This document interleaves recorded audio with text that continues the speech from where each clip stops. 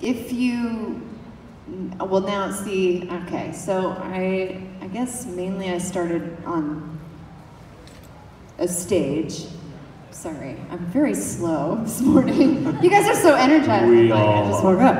I didn't just wake up. So I started on stage, so I was used to singing more for performing for people on stage. And then I started singing and doing session work for people, and I found that being in a band, a rock band, actually was helping me with my sessions that I was doing because I had to hold the mic and it had to be so close to my mouth in order just to hear myself be between the bleed of the crazy loud guitars. So I was learning mic technique even though I didn't even know I was learning that with my band, and that helped me in the studio a lot because I knew that I needed to keep my mouth against the mic essentially.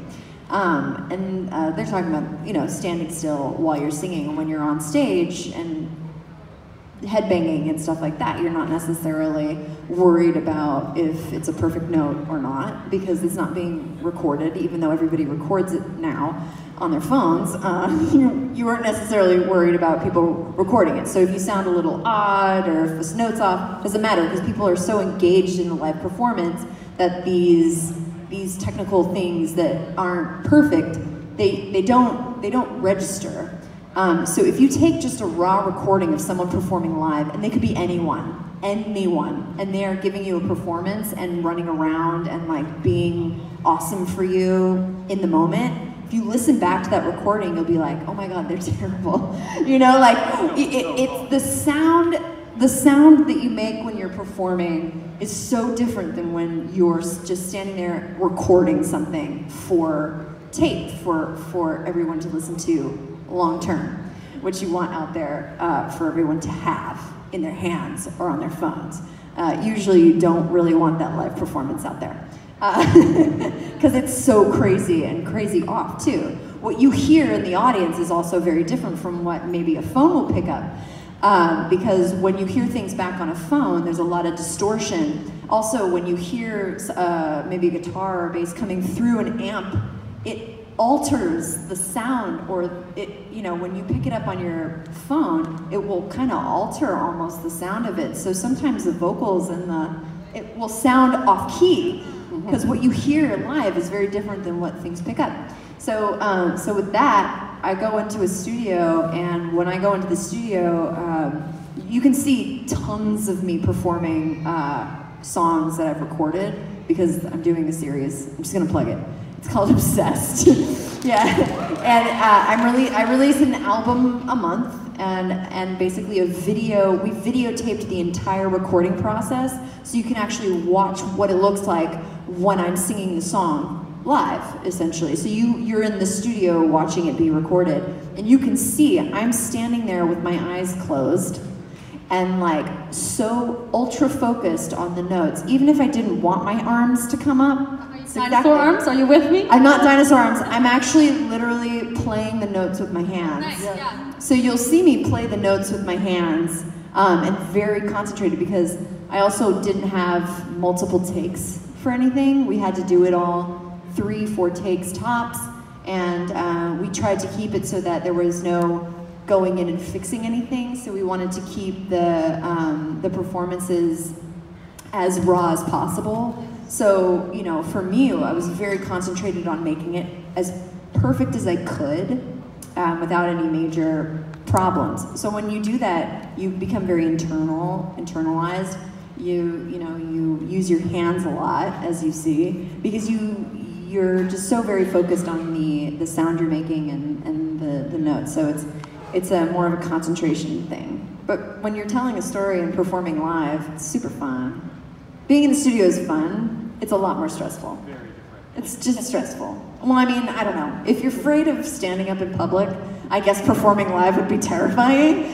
But because of my parents, they forced me on stage at a very young age, so I'm fine with this. Is like home. Yeah.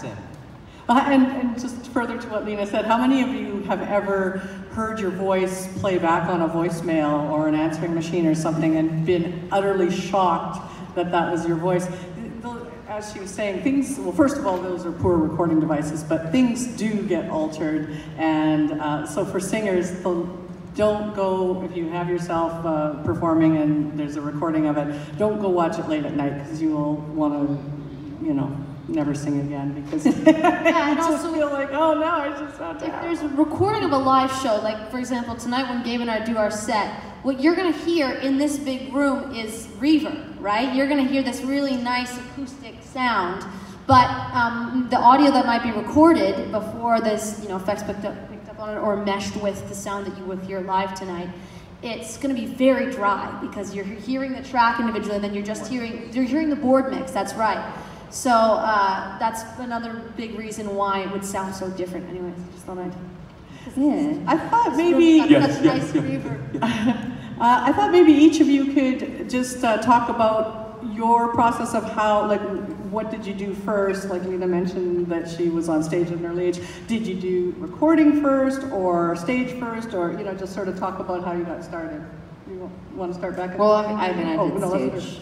I got put on the stage when I was born. My parents were, my dad had a ballet company, and my mother was his prima ballerina, and so my first steps were on the stage, and I mean, I was just born on the stage. I tried to avoid it. I tried to be a lawyer. I tried to be anything but a performer, and it just didn't happen. This just became my life. So sometimes you have to listen to the universe and just go for what your calling is, apparently. Yeah.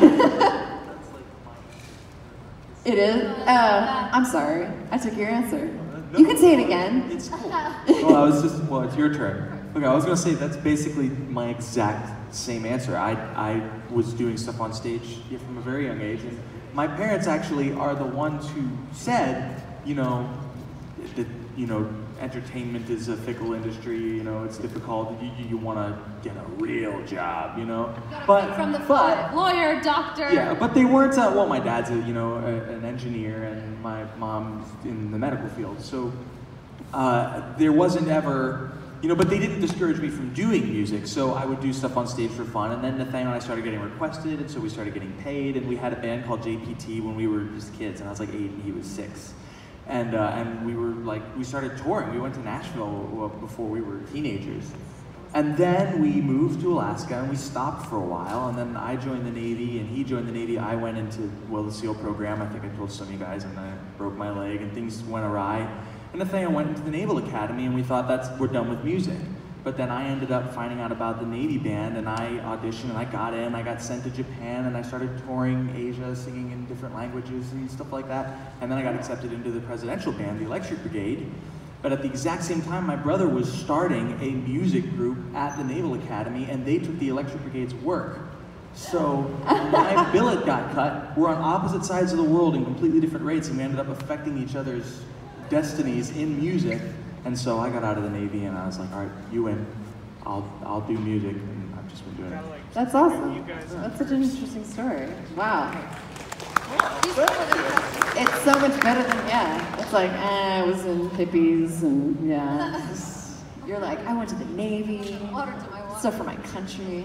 It's awesome. Yeah. Well, my mom's a wonderful singer herself and a producer and very involved with the music industry, and my dad as well, of course.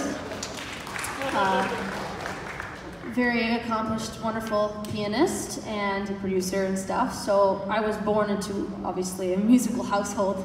And I mean, I was introduced to music before I was probably out of your tummy, because you were doing music lessons and recording your album. Yeah, I recorded my album when I was pregnant with Michelle. That's right. And you had such morning sickness that you were just like lying down in Brian Adams' studio. Yeah, like on the couch in his office, because I couldn't handle it. Oh, it was horrible. You were worth it. Don't get me wrong, you were worth it, but those are... Oh, shucks. It took me years. We recorded a lot of her latest album in that studio, and it took me about 10 years before I didn't feel nauseous even driving down the street where the studio is. That's how bad. Brian Adams actually sang Summer of '69 straddling her unconscious body. No, not. Known fact. But yeah, I mean, I was born into it. We still had a music school in our house at the time when I was born.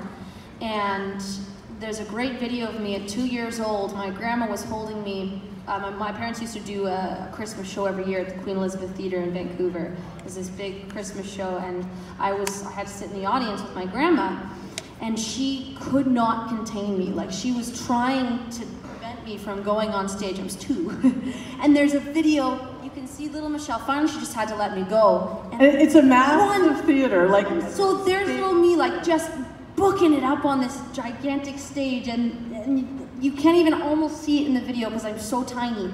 But there's just this little ant that's just zooming right, because my parents are right on center stage, and I go up and I'm like, I need to be here. So that's 2-year-old Michelle. That was a bit telling.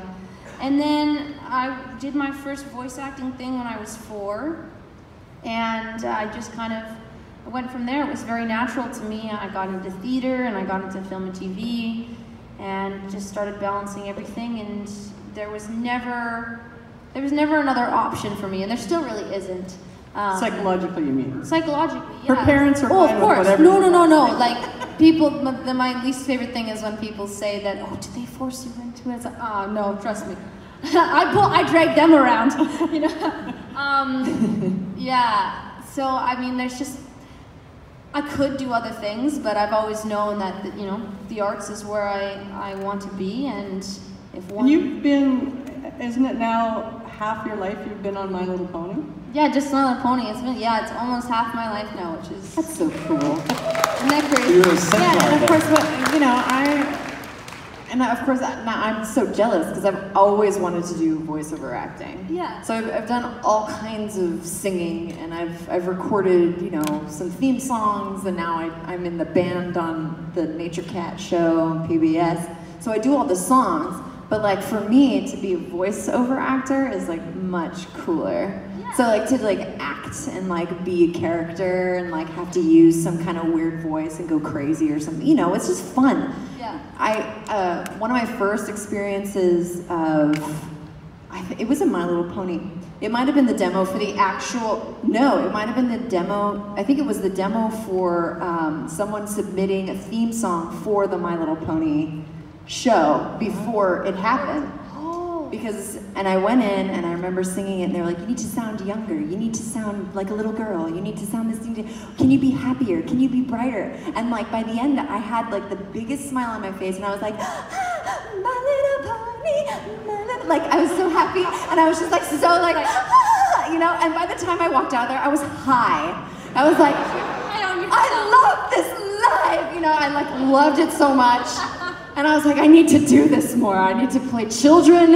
It's so fun. You get to be so cute and effervescent, and like, there's no way you can do that and feel bad. You just can't. When you go into whenever I record a Nature Cat song, every time I come out of there, I'm so happy on cloud 9 because it's just the happiest things we're singing about, mud and rocks and snow and things. And I'm like, I love this, friends. You know, it's so fun. And then, you know, and then I turn around in my everyday and I'm dark.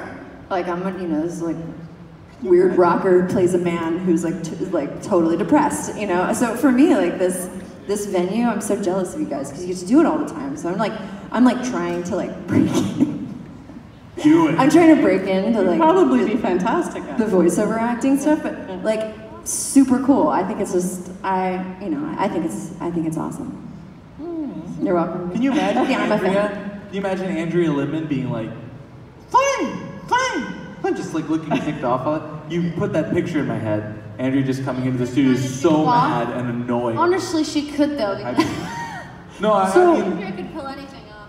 All three of these people have not only sung on their own albums in the studio, but they've also sung songs on TV series or film and TV, and they've also all sung theme songs, so that's all cool. Yeah. We can actually talk about Yokai Watch. We can talk about Yokai. For it was like years we couldn't talk about Yokai Watch. Why not? Because they weren't like, they were the NDA. The English version, and they weren't like announcing that it was a thing yet or something. I'm not hip to this stuff. See.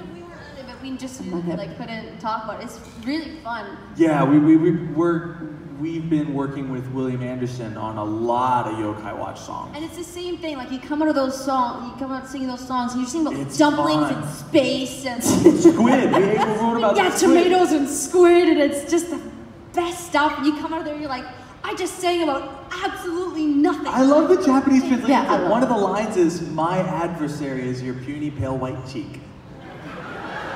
Anyways, but continue what you were saying. I just realized. Oh no, that was it. There was. I forget the question was. So that was me covering for the fact that I didn't remember what the question was. Okay, What's the question? let's do all the. It was just more of a statement of doing all those things.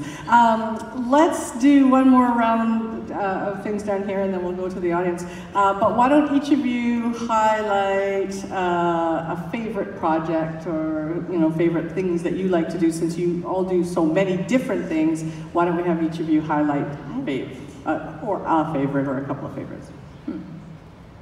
They're all thinking. Are you guys, how many of you out there would like to ask a question if you had the opportunity? Okay, so we do have questions.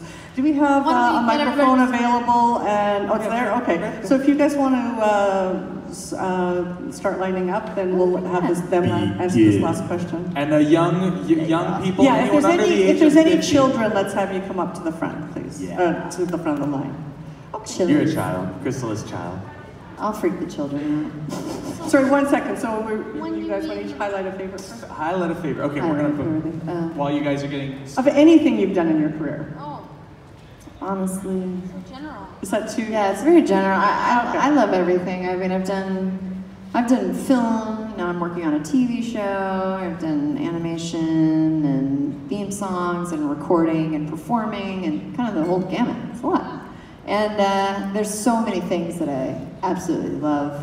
But I will say, singing like a child is probably the one thing that I just absolutely. Although I guess while I'm here, my My Little Pony episode was the best thing for me because I'm a fan. Because I was a fan of the show. I was a fan of the show, and I just happened to mention it in my Tony speech. And then they wrote me. I did. At the end of my Tony speech, I won a Tony Award and for playing a dude. By the way, which is totally highlighted that. Yes. Yeah, and at the end of the speech, because I have to tell the story.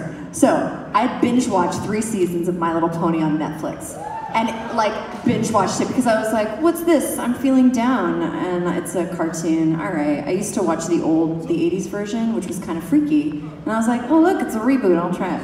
And so I put it on, not knowing how cool the show was because the music is awesome. I was like, what? I was really enamored by the music. I think Daniel Ingram has written some cool stuff. And I was like, that's a Sondheim reference. And I was getting all his references. And so I kept binge watching it and I was getting really into the show. And so I was in Kinky Boots on Broadway at the time. And then I booked Hedwig and the Angry Inch, and during that show I was watching season 4. I think it was season 4, and the finale of season 4 aired. It was a 2-parter, and it was the one where I think it's either 4 or 5. No, it's 4 because there was all the rainbow explosions.